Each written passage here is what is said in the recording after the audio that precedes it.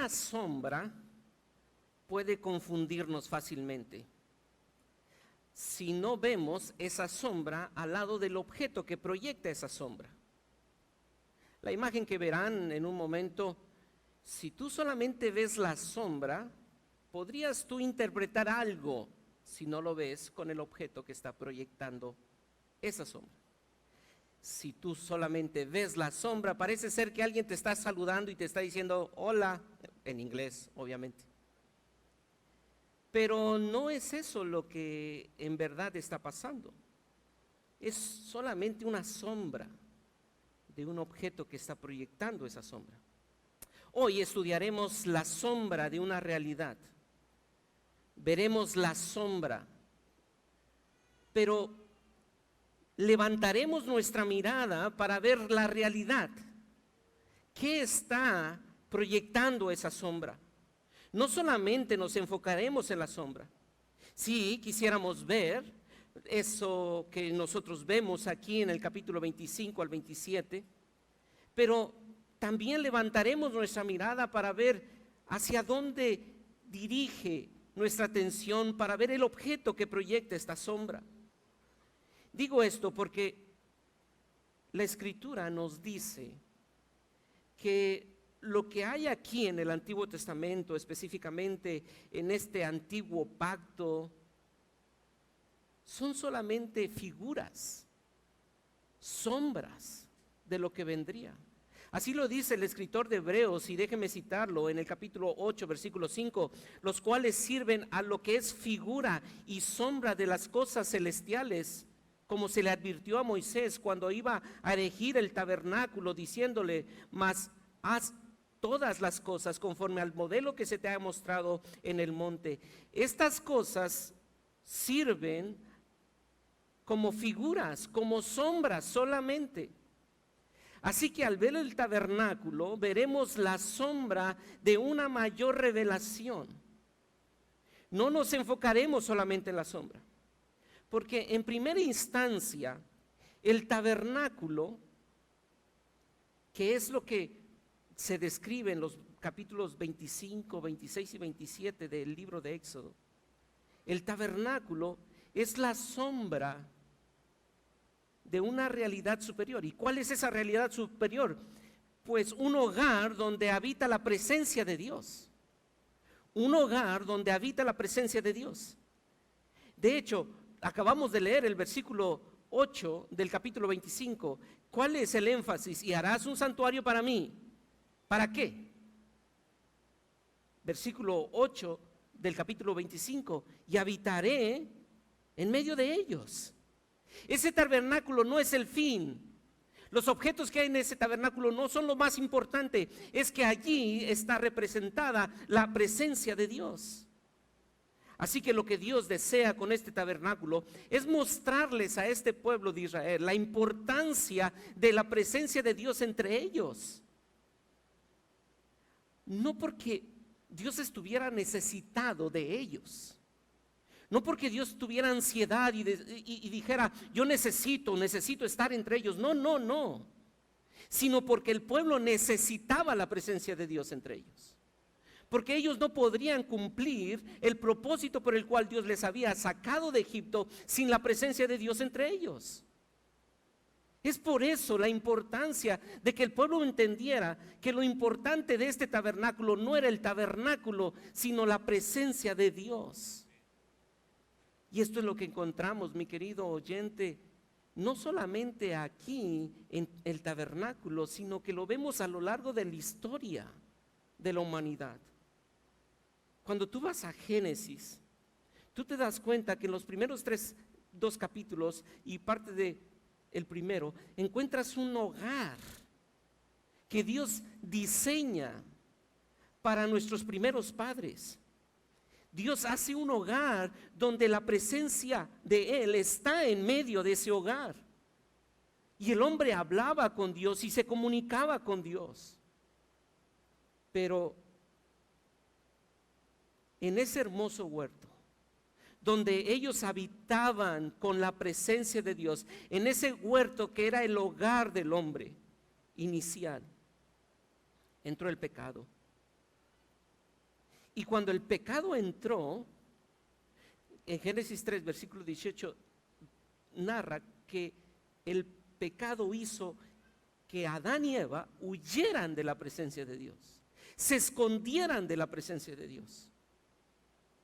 Fue el pecado lo que destruyó esa relación del hombre con Dios. Fue el pecado lo que hizo que el hombre se escondiera.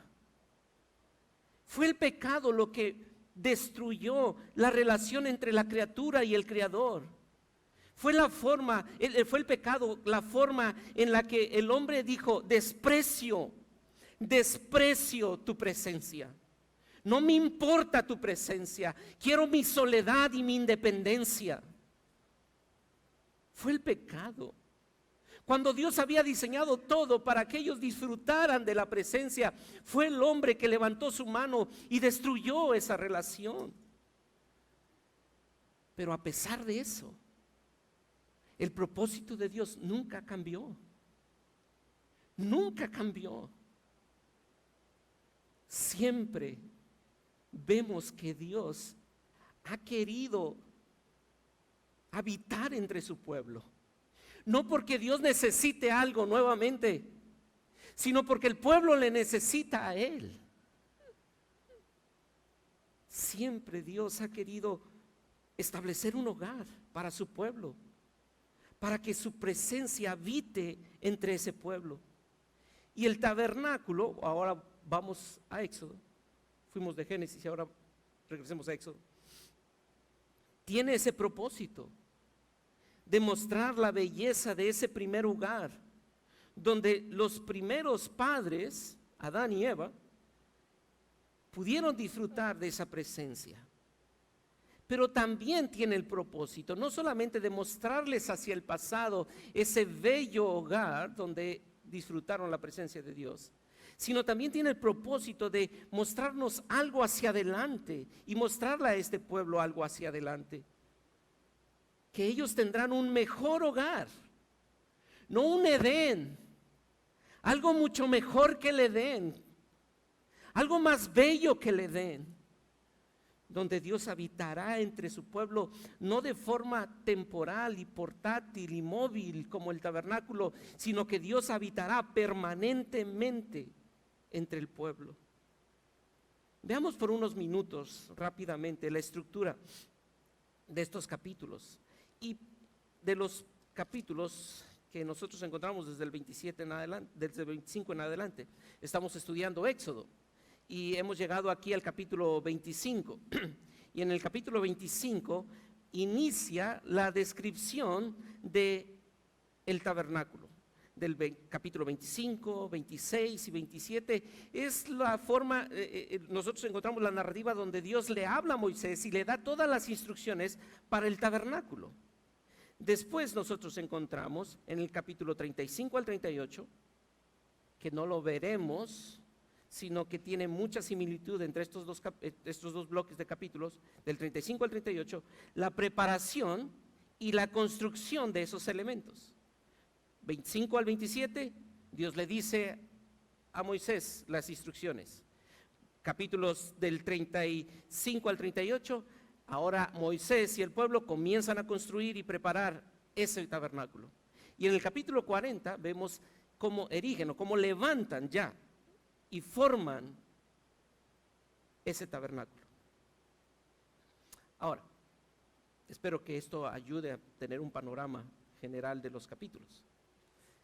Pero veamos el tabernáculo, vayamos e introduzcámonos por un momento en la sombra, ¿ok? Y veamos el tabernáculo. El tabernáculo es una tienda que está dividido en dos partes. Específicamente tiene dos cuartos. El primero es un cubo perfecto.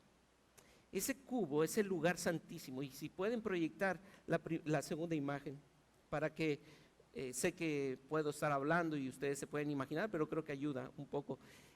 ¿Podrían poner la siguiente? Y al final volvemos así. Esos dos cuadros que nosotros vemos. El primero es un cuadro perfecto. Ustedes ven de mi lado izquierdo es el cuadro al que me refiero. Es el lugar santísimo. Era un cubo perfecto de 4.5 metros. En ese cuadro estaba el arca de la alianza o el arca del pacto. Sobre esa arca estaba un propiciatorio.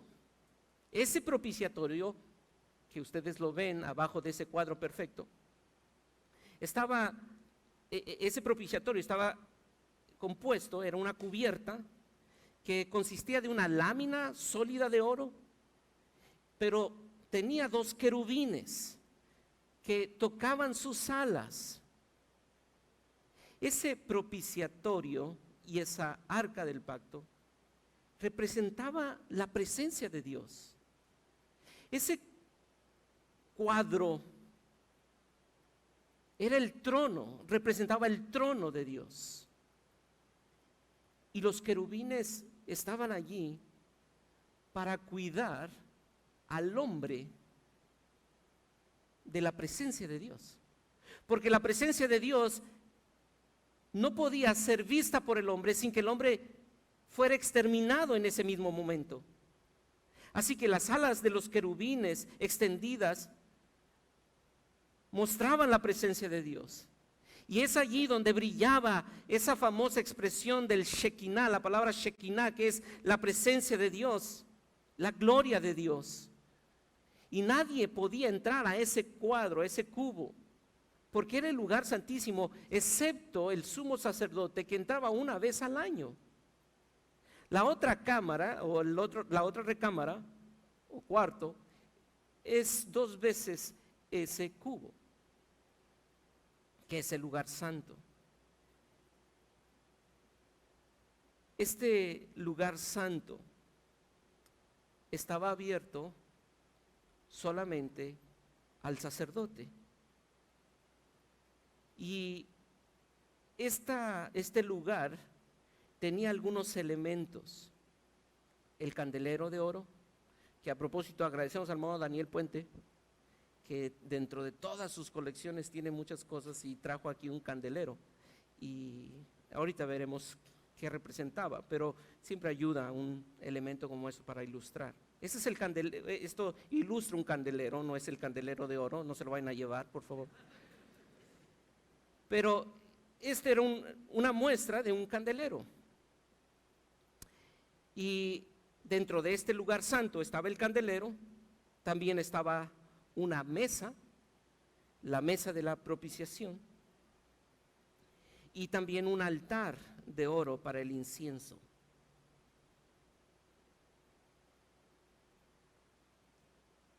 Lugar santísimo, lugar santo. Esto era el tabernáculo.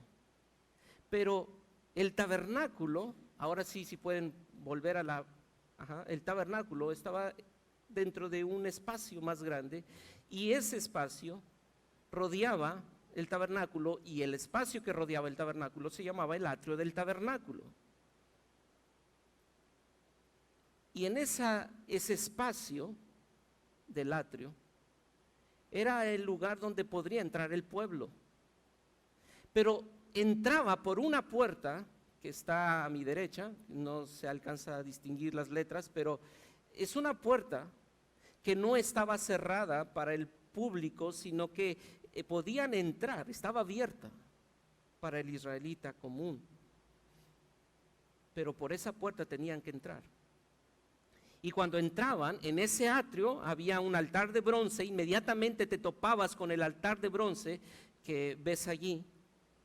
Y después del altar del bronce te topabas con un altar, con un depósito de agua, un altar de bronce para lavar las manos de los sacerdotes que entraban al tabernáculo. Todas las partes del tabernáculo tenían que ser rociadas con sangre de ese altar, porque la sangre purificaba, y no podía nadie entrar sin que antes hubiese sido purificado porque era la sangre la única forma de poder entrar al tabernáculo y poder entrar al lugar santo y después al lugar santísimo una vez al año por el sumo sacerdote. Así que la purificación del sacerdote tenía que ver con la sangre y después con este altar de bronce donde tenía que lavarse para poder entrar al tabernáculo. Pero no solamente el sacerdote, sino que todo el pueblo que entraba a este recinto desde el atrio. Por lo tanto, estamos diciendo que esto es solamente la sombra. ¿De qué es la sombra? De una realidad superior. ¿Cuál es la realidad superior? Dios quiere establecer un hogar donde su presencia sea el centro. Así que este tabernáculo y el atrio del tabernáculo está apuntando hacia un hogar del pasado. Y ese es el primer elemento que quisiera que ustedes recordaran. El tabernáculo apunta hacia el primer hogar. Y hay tres formas en que este tabernáculo que acabamos de ver apunta hacia el primer hogar. ¿Cuál es el primer hogar? El Edén. Uno de los tres elementos, el primero, y hay, pueden haber más, pero quisiera señalar estos tres. El candelero del tabernáculo.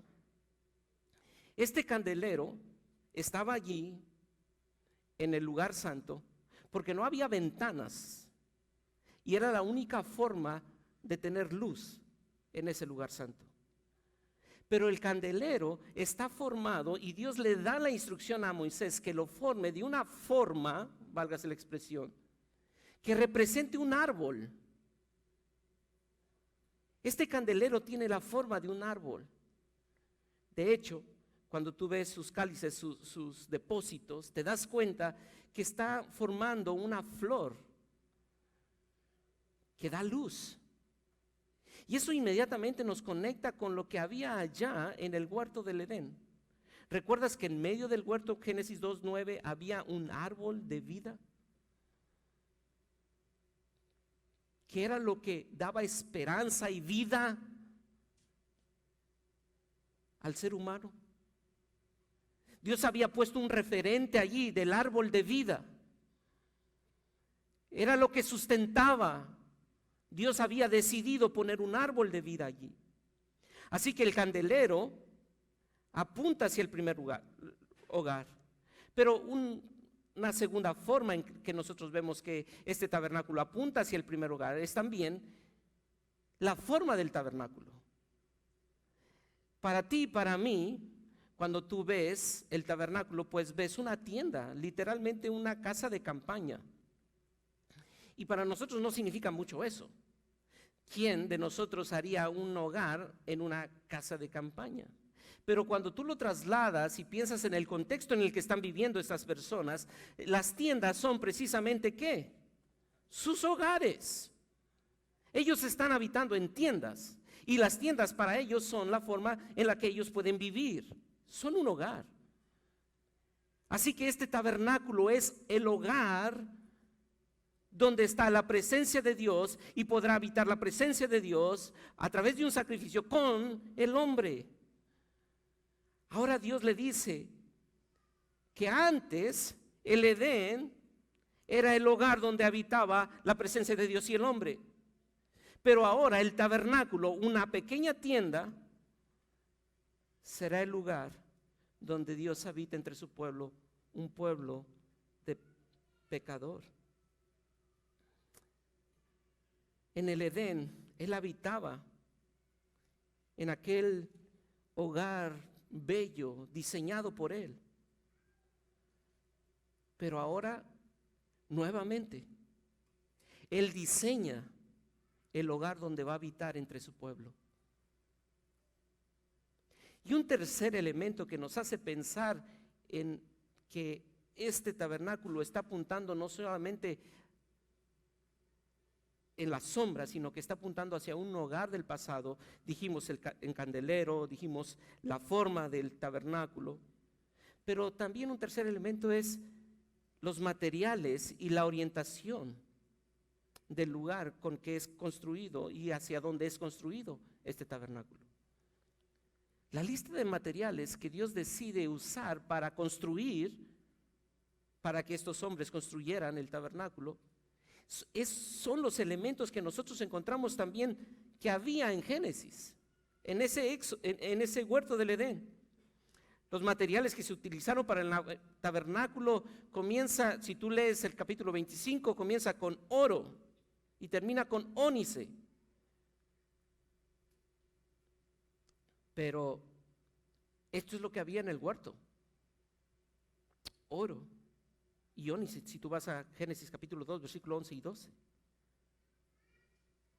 Y esto está apuntando hacia ese primer hogar. Pero la entrada al Edén, que fue cerrada, recuerdas que cuando peca el hombre es sacado, y en la puerta del Edén hay 2 serafines que cubren esa entrada. Y a propósito, eso también señala hacia ese acta del pacto y ese lugar del propiciatorio. Pero la entrada del Edén venía del oriente, y la puerta del tabernáculo apuntaba hacia la misma dirección. Este Edén, que tenía su puerta en el oriente, ahora tiene una representación, este tabernáculo que tiene su puerta hacia el oriente.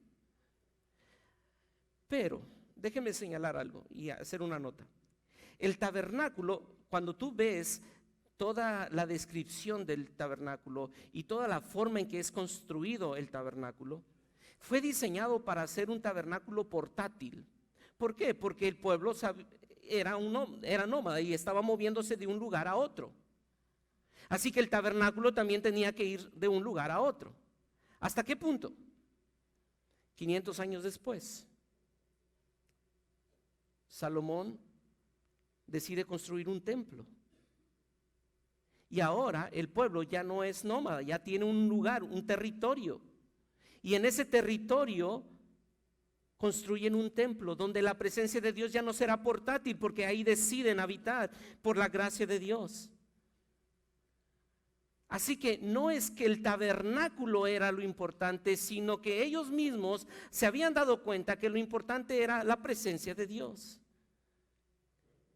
Así que nos deja ver esto, que el tabernáculo y el templo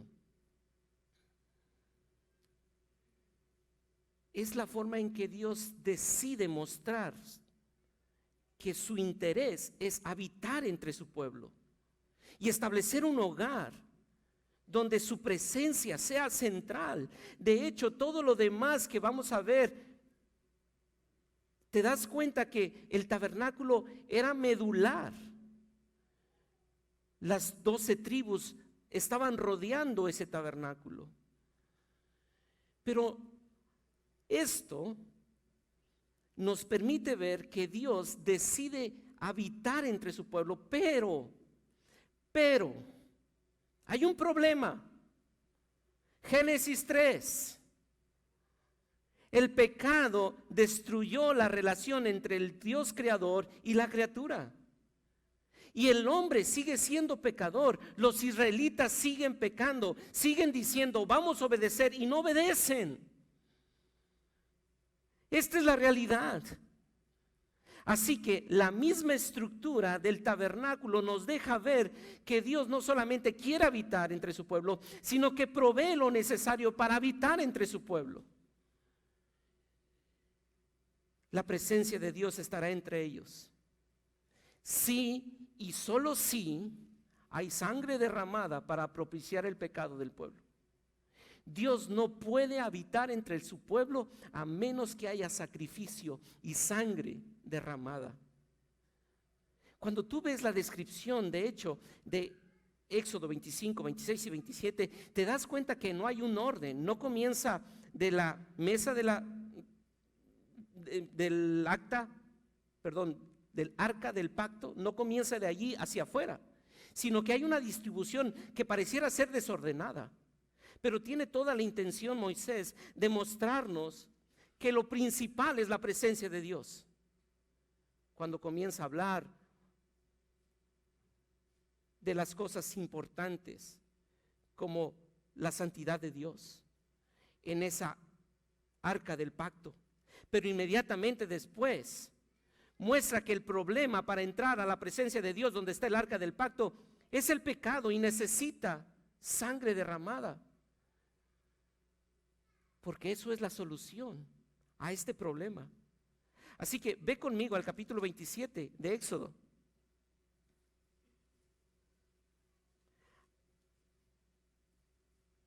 Y mira el altar de bronce.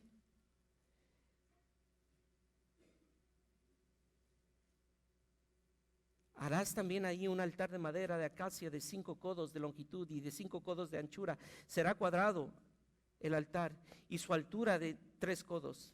Y le harás cuernos en sus 4 esquinas. Los cuernos serán parte del mismo y los cubrirás de bronce.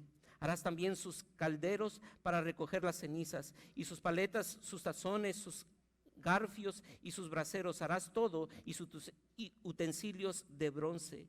Y le harás un enrejado de bronce que obra de rejilla, y sobre la rejilla harás 4 anillos de bronce en sus 4 esquinas, y pondrás dentro del cerco del altar abajo, y llegará la rejilla hasta la mitad del altar.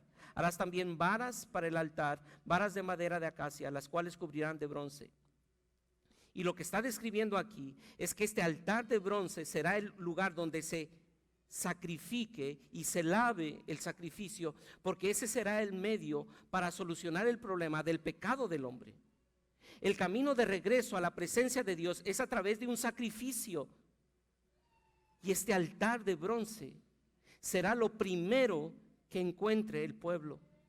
Así que al entrar al patio, a ese atrio del que describíamos hace un momento, lo primero que el israelita encontraba era el altar de bronce. Y quiero que pienses por un momento, el altar de bronce es el lugar de sacrificio. Imagínate llegar a un lugar donde tú vas a encontrarte con Dios y te pongan allí una silla eléctrica. Y tú dices, vengo a buscar a Dios.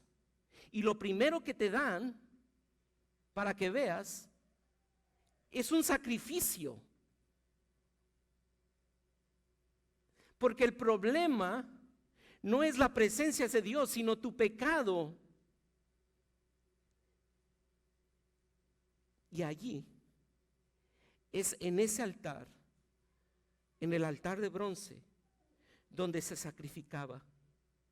Es que el pueblo de Israel no merecía tener la presencia de Dios entre ellos, pero Dios había provisto de un altar para el sacrificio de esos machos cabríos. Es ese macho cabrío, es esa oveja que recibiría el castigo que el israelita merecía por sus pecados. Es ese macho cabrío que moría en vez de él y le sustituía. Y estos sacrificios se repetían cientos y cientos de veces. Los sacrificios señalaban que Dios quería habitar entre ellos, pero necesitaban un sacrificio. Y Dios ha provisto de ese sacrificio y les daba esos corderos, pero que apuntaban hacia un cordero superior. Así que ciertamente el tabernáculo nos está apuntando hacia la presencia de Dios, un hogar donde la presencia de Dios habita, y el primer lugar hacia donde nos apunta es el Edén. Pero también nos apunta hacia el problema que existió en Edén, que es el pecado, pero al mismo tiempo nos muestra la solución a esto. El hombre no puede estar en la presencia de Dios sin un sacrificio. El hombre jamás pudiera habitar nuevamente en la presencia de Dios a menos que haya una muerte sustitutoria. Esa es la realidad.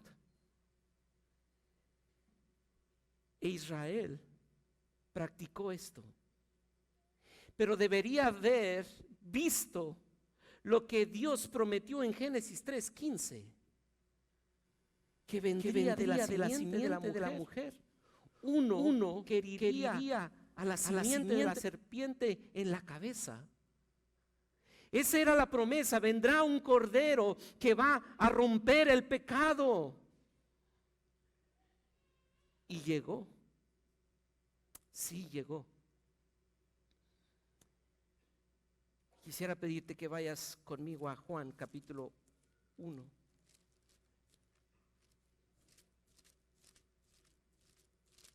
Juan capítulo 1, versículo 14. Y aquel verbo fue hecho carne. ¿Y qué dice? Y habitó entre nosotros. ¿Escuchas el eco del tabernáculo? ¿Qué es lo que Cristo vino a hacer? Habitar. Es la misma palabra que se utiliza para tabernaculizar. Y tabernaculizó, habitó entre nosotros. Ese cordero que fue necesario para que el pueblo de Israel pudiera entrar al atrio del tabernáculo y el sacerdote pudiera entrar al lugar santo y después al lugar santísimo, es ahora no un cordero físico, un animal, sino que es el Dios encarnado, Jesús, el Verbo se hizo carne y habitó entre nosotros y tabernaculizó entre nosotros. Y ahora quisiera pedirte que vayas a Juan capítulo 14, porque este tabernáculo que habita entre nosotros, mira qué dice. Juan 14:1. No se turbe vuestro corazón. ¿Creéis en Dios? Creed también en mí. Y mira hacia dónde apunta. Versículo 2. En la casa de mi Padre muchas moradas hay. Si así no fuera, yo os los hubiera dicho. Voy pues a preparar ¿qué? Un hogar para vosotros. Y si me fuere y os preparare el lugar, vendré otra vez y os tomaré a mí mismo, para que donde yo estoy, vosotros también estéis. ¿Qué es lo que Dios quiere? ¿Qué es lo que te está mostrando Cristo que quiere? Habitar entre nosotros. Eso es lo que Él ha decidido hacer. No a partir de Génesis 3, sino desde toda la historia de redención, formar a un pueblo para que ellos sean su pueblo y Él sea su Dios, y en medio de ese pueblo esté la presencia de Dios. Y Cristo vino y tabernaculizó entre nosotros. Pero mira la respuesta del querido Tomás. Versículo 5. Le dijo Tomás: Señor, no sabemos a dónde vas. ¿Cómo pues podemos saber el camino? Jesús le dijo: yo soy el camino. Yo soy el camino. Ya no tienes que ir al tabernáculo y entrar por esa puerta y ofrecer un sacrificio y purificar a un sumo sacerdote. No, yo soy el camino. Yo soy la puerta, yo soy el candelero, yo soy el sacrificio, yo soy. Y Jesús le dice, versículo 7, si me conocieseis, también a mi Padre conoceríais.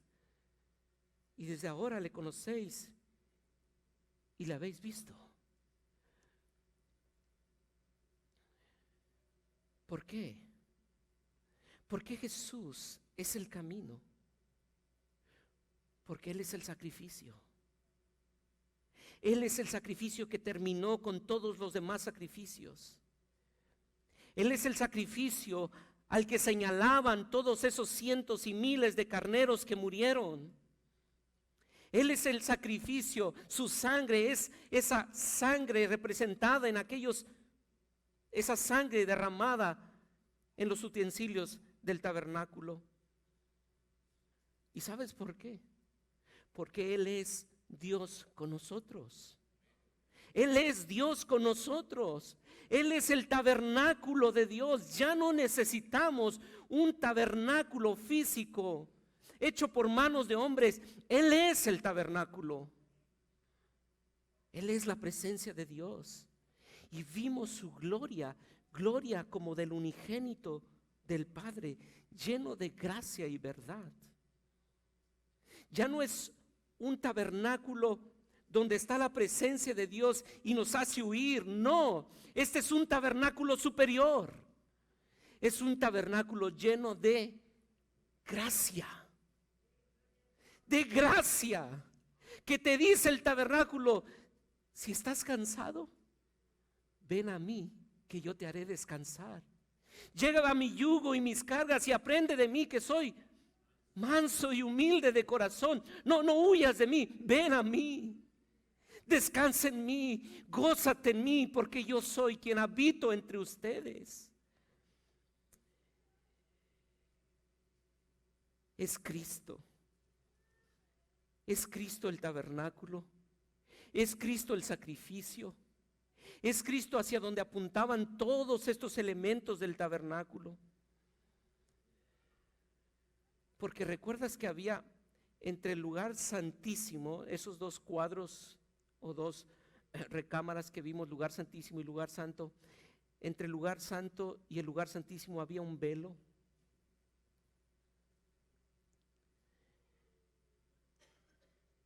Que impedía que el hombre viera la presencia de Dios.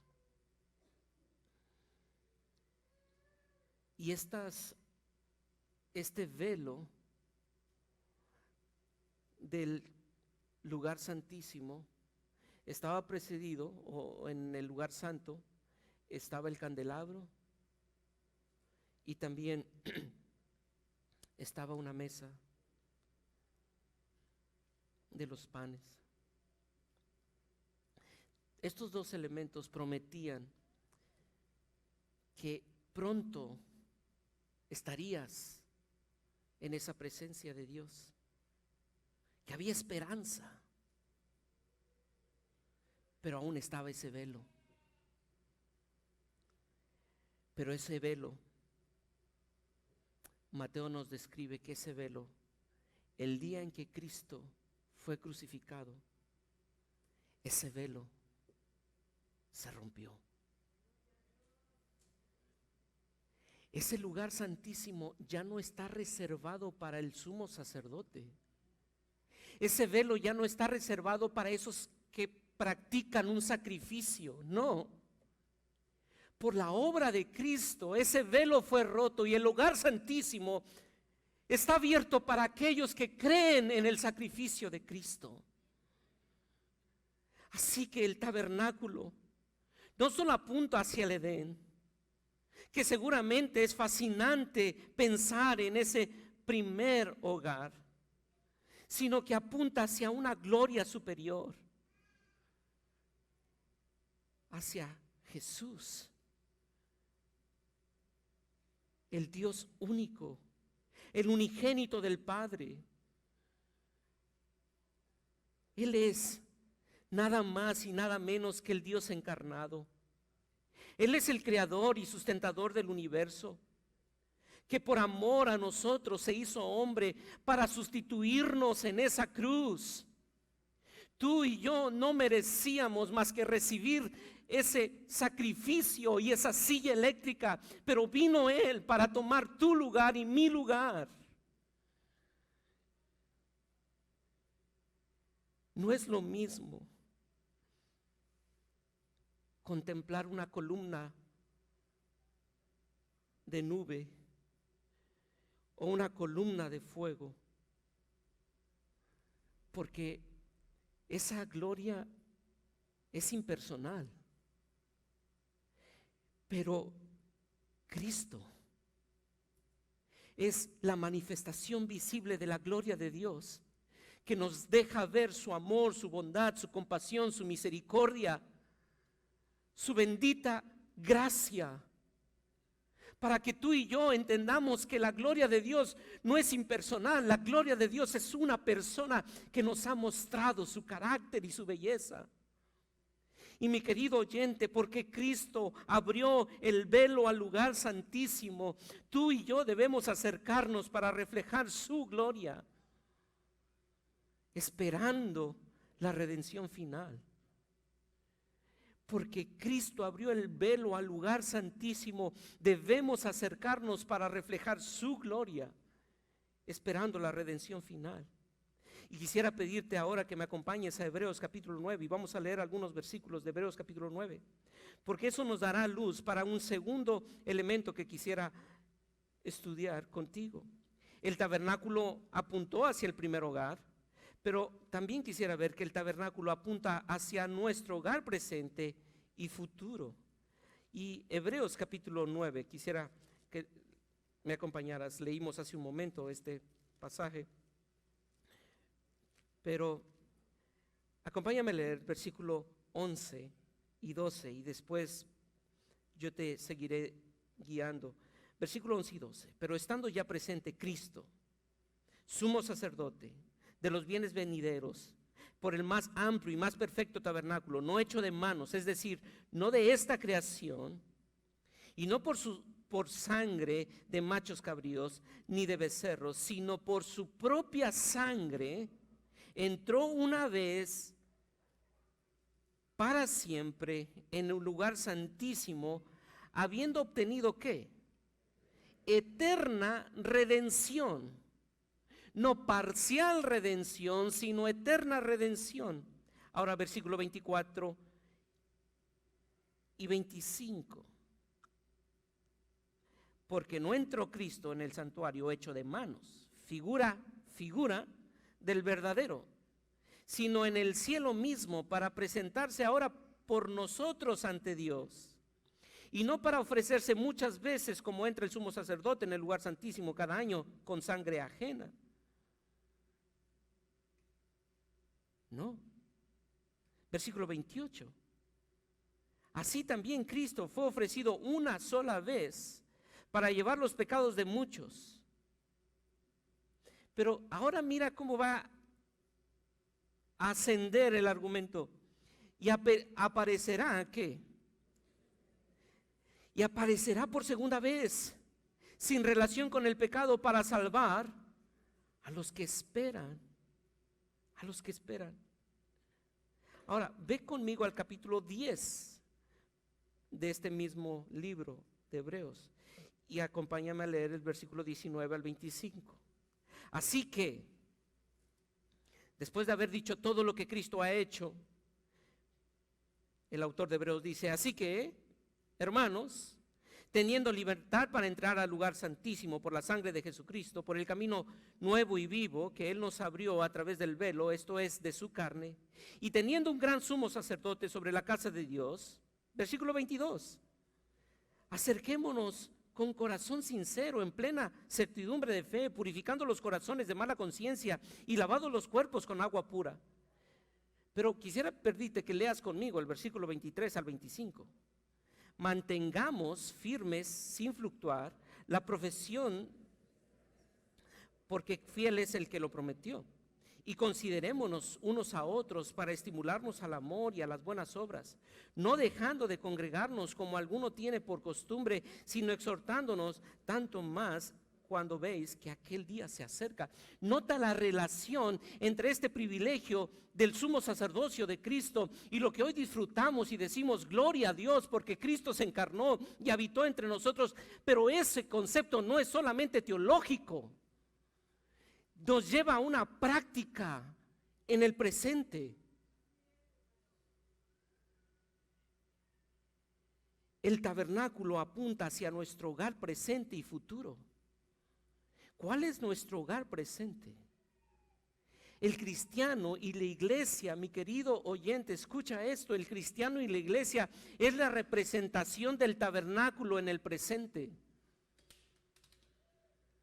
El cristiano que se reúne en una comunidad local es la representación de la presencia de Dios en este tiempo. La iglesia es la manifestación de la presencia de Dios en un mundo caído. Y decimos esto porque nosotros vemos que Pablo va a argumentar esto en 2 Corintios capítulo 4 versículo 7 diciendo, tenemos este tesoro en vasos de barro para que la excelencia del poder sea de Dios y no de nosotros. Después de haber dicho en el capítulo 4 versículo 6 que el Cristo resplandeció en nosotros para iluminación del conocimiento de la gloria de Dios. Somos nosotros los recipientes de la gloria de Dios, de la presencia de Dios. Ese tesoro que estaba en un tabernáculo, en un lugar santo, secreto, inalcanzable, ahora está ¿en dónde? En ti. Hermano, piensa en eso, por favor. No es cualquier cosa, está en ti. Debería eso hacernos sentir un peso. Tú estás llevando la presencia de Dios. Tú eres el tabernáculo. Luis, ¿no te parece muy exagerado? Mira lo que dice Pedro en 2 de Pedro capítulo 2 versículo 9. Mas vosotros sois linaje escogido, real sacerdocio, nación santa, pueblo adquirido por Dios. ¿Para qué? Para que anuncien las virtudes de aquel que los llamó de las tinieblas a su luz admirable, para que Cristo sea manifestado donde esté el creyente, porque el creyente es el sacerdote que ahora anuncia a Cristo. Pero es cierto que hoy nuestro hogar, no solamente nosotros manifestamos la presencia de Dios, sino que cuando el pueblo de Dios se reúne, tú vas a recordar esto en Mateo 18:20. Cuando 2 o 3, esta es la tercera vez que en este culto decimos este verso. Porque donde están 2 o 3 congregados en su nombre, ¿qué? Ahí estoy yo, en medio de ellos. A Dios le ha placido manifestar su presencia de una forma especial cuando 2 o 3 se reúnen. Hermano, aquí, hoy por la gracia de Dios y por la obra de Cristo, Él ha decidido manifestar su presencia. Y no estoy hablando de cosas carismáticas, estoy diciendo que eso es real hoy. Hoy aquí está la presencia de Dios de una forma singular y especial, porque así a Dios le ha placido. Y no para que tú sientas un éxtasis, sino para que tú puedas valorar eso y salir de aquí y decir: voy a glorificar el nombre de aquel que me salvó. Voy a dar a conocer las bellezas de aquel que me redimió. Hermano, Dios nos ha dado a la iglesia para mantenernos firmes, y por eso quise leer capítulo 10, versículos del 19 al 25 de Hebreos. Y quisiera aplicar esto, porque quisiera que juntos valoráramos la iglesia. Dios nos ha dado a la iglesia para mantenernos firmes, esperando la redención final. Hermano, no hay cristiano que pueda vivir en la independencia. Un verdadero cristiano no puede vivir en la independencia. Necesita la comunidad de creyentes. Y Dios ha querido darnos el privilegio de disfrutar su presencia de una forma especial el día domingo, cada vez que se reúne la iglesia. No dejemos de congregarnos, porque esto nos prepara, esto nos santifica, esto nos purifica, y no hay mayor bien que esto. Mi querida iglesia, es cierto que todos aquí estamos en un proceso de santificación y de mejora. Y digo categóricamente, todos estamos en proceso de transformación. Estamos en esa etapa de procesos. Aún no está la obra concluida. No hay nadie que haya llegado a la meta, pero por la gracia de Dios estamos siendo transformados día en día. ¿Y sabes cuál es uno de los medios que Dios quiere usar para que tú y yo seamos transformados de día en día? La persona que tienes a tu lado. Y yo sé, quizá algunos tienen su esposa o su esposo, pero la persona con la que tú te rodeas, la iglesia. Personas que no son fáciles de llevar, que tienen un carácter diferente al tuyo, que te incomodan, que pecan. Pero eso es lo que tú y yo necesitamos en este proceso de santificación. Dios está perfeccionando su obra en su iglesia a través de la iglesia. Dios está perfeccionando su obra en su iglesia a través de la iglesia. Esa iglesia que ama y vive la palabra es lo que tú y yo necesitamos. Pero el tabernáculo apunta hacia nuestro lugar, un hogar presente, pero también a un hogar futuro.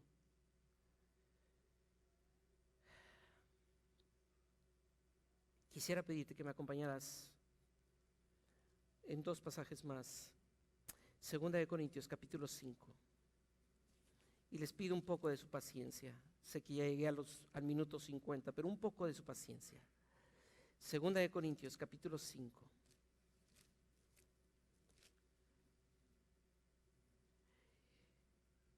Versículo 1 y 2.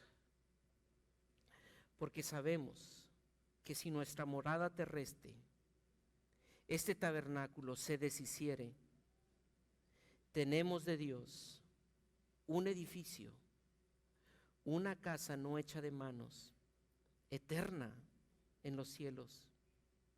Y por esto también gemimos, deseando ser revestidos de aquella nuestra habitación celestial. Es cierto, hoy tenemos un tabernáculo. Pero mira cómo Pablo dice, sabemos que este tabernáculo en algún momento, ¿qué va a pasar? Se va a deshacer. De hecho, es una palabra que se utiliza en otra connotación, se va a desarmar, pensando en el tabernáculo. Esto se va a deshacer.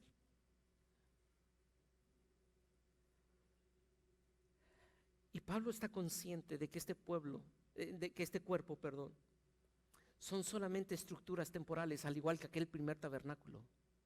Era temporal. Va de paso. Pero si este tabernáculo se deshace,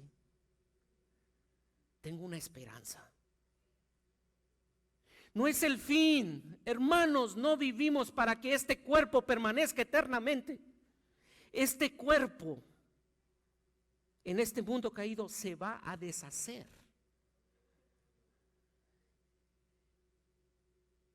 Se va a derribar.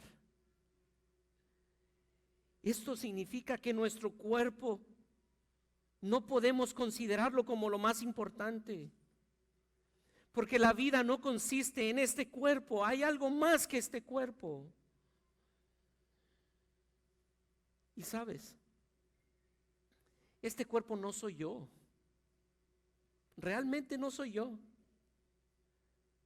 porque viene un cuerpo mucho mejor que este, un cuerpo glorificado, donde no sufrirá más un problema auditivo, ni un problema de vértigo, sino que podré ver cara a cara a mi Señor y mis oídos estarán abiertos y podré escuchar su voz sin ningún impedimento y podré gozarme y abrazarlo. Y gloria a Dios por esa esperanza. Y por eso dice el versículo 2, gemimos. Creyente, mi querido creyente, deberíamos estar deseando más el cielo que la tierra. Deberíamos estar deseando más el cielo que la tierra, poniendo nuestra mirada en las cosas que no se ven y no solamente en las que se ven, pues las que se ven son temporales, pero las que no se ven son eternas.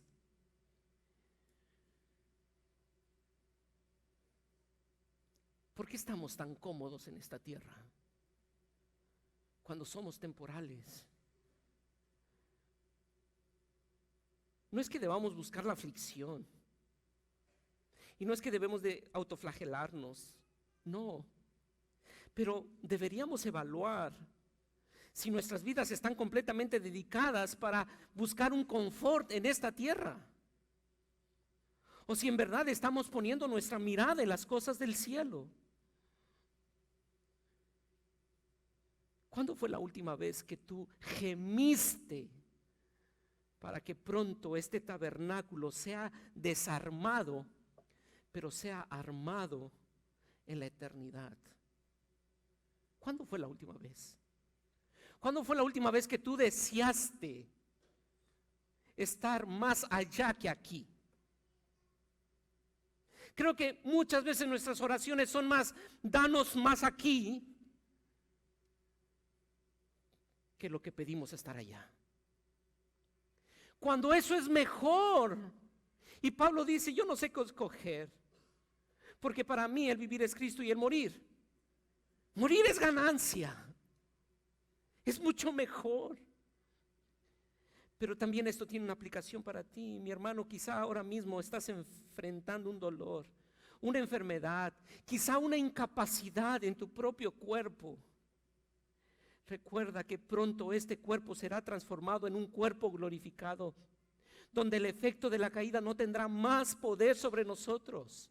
No tendrá más poder sobre nosotros. Sigue gozándote en que tu Redentor te ha dado esa esperanza. Y juntos clamemos, Maranata, ven pronto, Rey. Establece tu reino eterno. Ven pronto.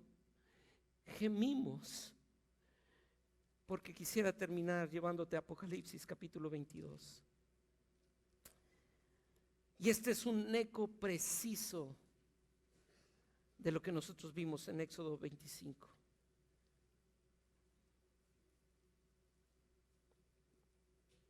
¿Recuerdas que el tabernáculo fue portátil, pero 500 años después se estableció un templo? Y ese templo es la referencia para los israelitas, siempre pensando en ese templo. Pero ahora Juan escribe esta profecía y dice, capítulo 21, versículos 22, hasta el capítulo 22, versículo 5. Y no vi en ella templo, porque el Señor, Dios Todopoderoso, es el templo de ella y el Cordero. La ciudad no tiene necesidad de sol, ya no hay un candelabro, ni de luna que brillen en ella, porque la gloria de Dios la ilumina y el Cordero es su lumbrera. Y las naciones que hubieren sido salvos andarán a la luz de ella, y los reyes de la tierra traerán su gloria y honor a ella. Sus puertas nunca serán cerradas de día, pues allí no habrá noche. Y llevarán la gloria y la honra de las naciones a ella. No entrará en ella ninguna cosa inmunda, o que hace abominación y mentira, sino solamente lo que está inscrito en el libro de la vida del Cordero. Después me mostró un río limpio de agua de vida, resplandeciente como cristal, que salía del trono de Dios y del Cordero. En medio de la calle de la ciudad, y a uno y al otro lado del río, estaba el árbol de la vida, que produce 12 frutos, dando cada mes su fruto, y las hojas del árbol eran para la sanidad de las naciones, y no habrá más maldición, y el trono de Dios y el Cordero estará en ella, y sus siervos le servirán, y verán su rostro, y su nombre estará en sus frentes. No habrá allí más noche, y no tiene necesidad de luz de lámpara, ni de luz del sol, porque quisiera que terminaran conmigo, porque Dios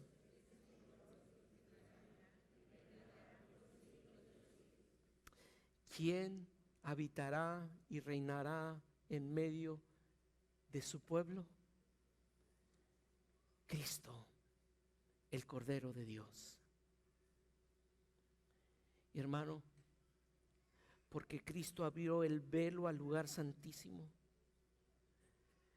debemos acercarnos para reflejar su gloria. con la esperanza de esa redención final. Yo no sé cuál sea hoy tu necesidad, pero quiero pedirte que hoy veas a Cristo como el Cordero que te dice: en mí hay descanso en medio de tu necesidad, en mí hay perdón en medio de tu pecado. Ven y hallarás descanso para tu alma, pero verás la esperanza de algún día estar eternamente en mi presencia. Oh Dios, venimos delante de ti para pedirte que nos permitas ver la belleza tuya. Tú eres esa luz que alumbra. Tú eres esa puerta abierta. Tú eres ese camino al lugar santísimo. Tú eres la presencia del Dios invisible. Tú eres el alfa y el omega, el principio y el fin. Tú eres el iniciador y tú eres la conclusión de esta historia. Por favor, permítenos ver que el tabernáculo apuntaba hacia ti por la esperanza que hoy tenemos de algún día estar en la presencia eterna de nuestro Redentor. Y Señor, pedimos que nos ayudes a dejar de ver lo de aquí, dejar de obsesionarnos con lo de aquí, con las compras, con la salud, con la apariencia física, con el temor al hombre, con la ansiedad por no tener algo que tanto deseamos, que quizás son cosas buenas, pero que nos generan ansiedad, con el temor al futuro. Padre, líbranos, Jesús, líbranos de eso. Y la forma que tú quieres hacerlo es que nosotros veamos esa esperanza y que nos estimulemos unos a otros a poner nuestra mirada en las cosas de arriba y no en las de la tierra. Señor, obra en nuestras vidas y pedimos que este canto sea una respuesta real de nuestro corazón a este llamado de tu palabra,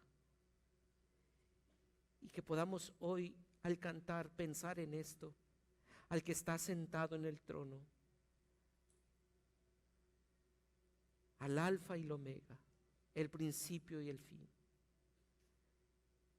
a Él, que a Él cantemos, recordando que Él enjugará toda lágrima, y no habrá más muerte, ni habrá más llanto, ni clamor, ni dolor, porque las primeras cosas pasaron, y algún día estaremos cara a cara,